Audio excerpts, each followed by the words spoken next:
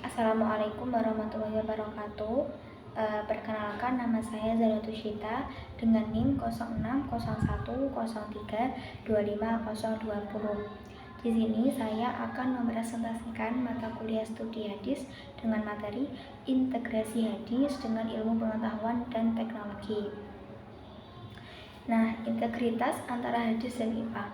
Integrasi antara hadis ajaran Nabi Muhammad SAW yang tercatat dalam kitab-kitab hadis dan ilmu pengetahuan alam bertujuan untuk menyelaraskan pengetahuan agama Islam dengan sains modern. Ini sering dibahas dalam konteks pendidikan Islam untuk menghindari dikotomi antara iman dan ilmu, serta mendorong pemahaman holistik tentang alam semesta. Nah, berikut adalah poin-poin utama tentang integrasi ini berdasarkan pandangan ulama dan ahli pendidikan. Integrasi, yaitu ada harmonisasi antara wahyu dan akal.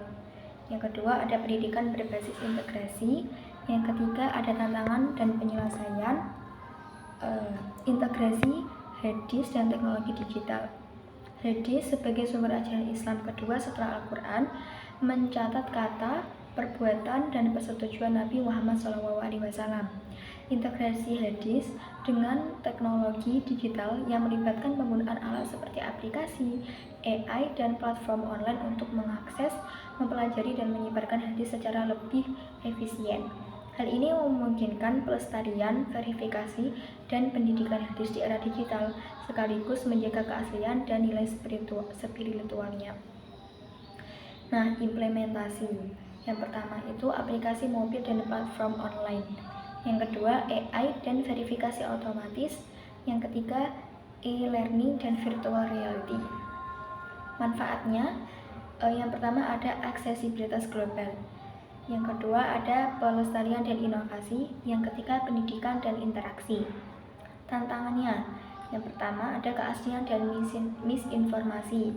Yang kedua, privasi dan etika. Yang ketiga, kesenjangan digital. Integrasi hadis dan ilmu kesehatan. Nah, hadis sering mengandung nasihat kesehatan dari Nabi Muhammad SAW seperti tentang kebersihan, pola makan, dan pencegahan penyakit yang dapat terintegrasi dengan ilmu kesehatan modern, kedokteran, nutrisi, psikologi, dan lain-lain. Nah, integrasi ini itu melibatkan analisis hadis melalui lensa ilmiah untuk memvalidasi atau memperkaya praktik kesehatan sambil menjaga konteks spiritual Islam. Ini bukan penempatan ilmu hadis, melainkan harmonisasi untuk pendidikan holistik.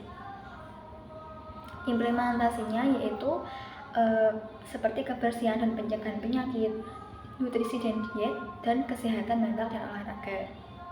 Manfaatnya yaitu pendidikan holistik, validasi dan inovasi, dan aksesibilitas. Tantangannya yaitu yang pertama ada resiko salah tafsir, yang kedua ada pseudosains, yang ketiga ada kultural dan sosial. Nah, ada integrasi hadis dan sosial humaniora.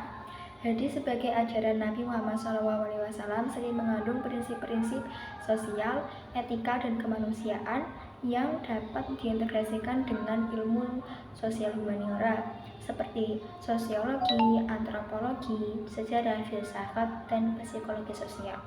Integrasi ini melibatkan analisis hadis untuk memahami dinamika masyarakat, budaya, dan nilai-nilai manusia, sambil menggunakan kerangka humaniora untuk menginterpretasikan konteks hadis secara lebih mendalam. Ini bukan penggantian ilmu sekuler, melainkan harmonisasi pendidikan dan praktik sosial lebih bermakna.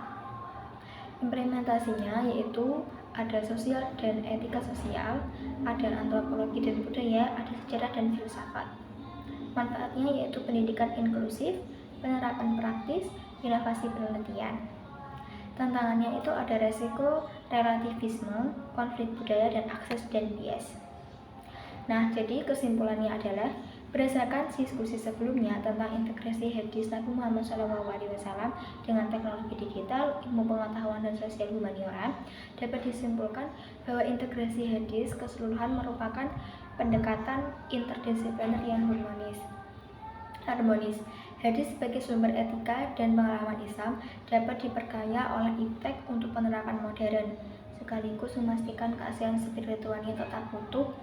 Ini bukan penggantian ilmu sekuler, melainkan sinergi yang mendorong inovasi pendidikan dan kesejahteraan manusia.